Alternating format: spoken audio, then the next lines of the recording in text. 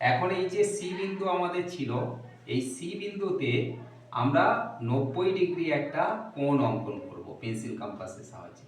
তাহলে যে কোনো মাপ নিয়ে একটা চাপ অঙ্কন করে নিলাম, যে মাপ নিয়ে চাপটা অঙ্কন করলাম সেই একই মাপ নিয়ে এই বিন্দুকে কেন্দ্র করে এখান থেকে কেটে নেব, সেই একই মাপ নিয়ে আবার এখানে কেন্দ্র করে এখানে কেটে নেব, ওপরেও কেটে নেব। গাইডেন্স সাপোর্ট ম্যাথ এডুকেশন ক্লাসে সবাইকে স্বাগত জানিয়ে শুরু করছি আজকের অঙ্কের ক্লাস। আজকে ক্লাসে থাকছে বর্গমূল নির্ণয়ের অঙ্ক। আজকে ক্লাসে শেখাবো 22-এর বর্গমূল কিভাবে নির্ণয় করতে হয়। দেখো, বর্গমূল নির্ণয়, এই বর্গমূল নির্ণয় করার জন্য আজকে ক্লাসে শেখাবো যে 22-এর বর্গমূল মানে √22, এই 22-এর বর্গমূল কিভাবে আমরা করব সেইটা আজকে শেখাবো। এই 22কে প্রথমে আমরা দুটো উৎপাদকে ভেঙে নেব। ধরো আমরা একটা সংখ্যা নিচ্ছি 5, তাহলে 22কে আমরা 5 দিয়ে ভাগ করে নেব, অপর উৎপাদক পেয়ে যাব 5 4 20, বিয়োগ করলে 2 থাকলো, পয়েন্ট বসিয়ে শূন্য নাম, 5 4 20, তাহলে কত হলো 4.4। তাহলে এই যে আমরা এখানে 22 ভেঙে দুটো উৎপাদক পেলাম, একটা 5 আর একটা হচ্ছে 4.4। তাহলে আমাদের প্রথম কাজ হবে স্কেল ও পেন্সিলের সাহায্যে 5 সেমি একটা রেখাংশ নেওয়া আর 4.4 সেমি একটা রেখাংশ নেওয়া। তাহলে এইটা হলো 5 সেমি আর এটা হলো 4.4 সেমি, দুটো রেখাংশ নিলাম।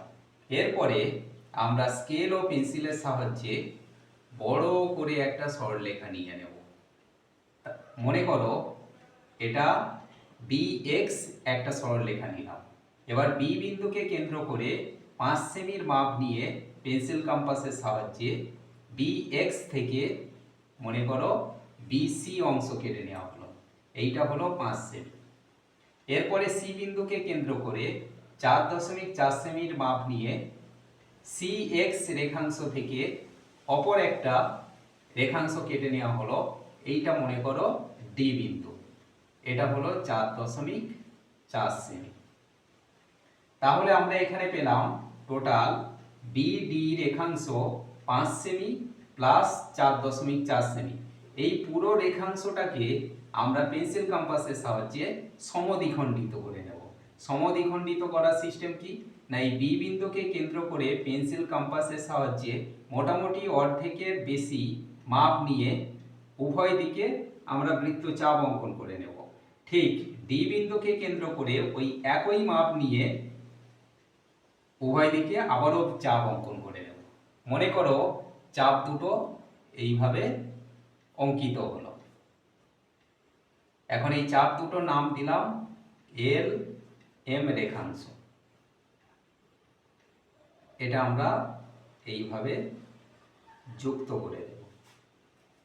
মনে করো যুক্ত হলো BD রেখাংশকে ও বিন্দুতে ছেদ করেছে।